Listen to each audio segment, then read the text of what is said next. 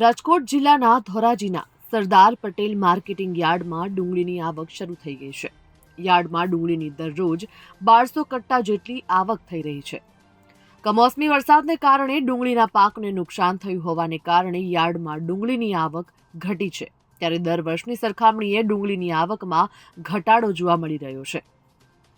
ડુંગળીના પ્રતિમણના ભાવ 100 રૂપિયાથી લઈને 300 સુધી બોલાતા ભાવમાં થોડો વધારો જોવા મળ્યો હતો. ડુંગળીના ભાવમાં પ્રતિમણે 20 થી 30 રૂપિયાનો વધારો નોંધાયો છે. ડુંગળી સારી ક્વોલિટીવાળી આવતા ભાવમાં થોડો વધારો જોવા મળી રહ્યો છે. ત્યારે હાલના ભાવથી પણ ખેડૂતો અસંતુષ્ટ જોવા મળી રહ્યા છે.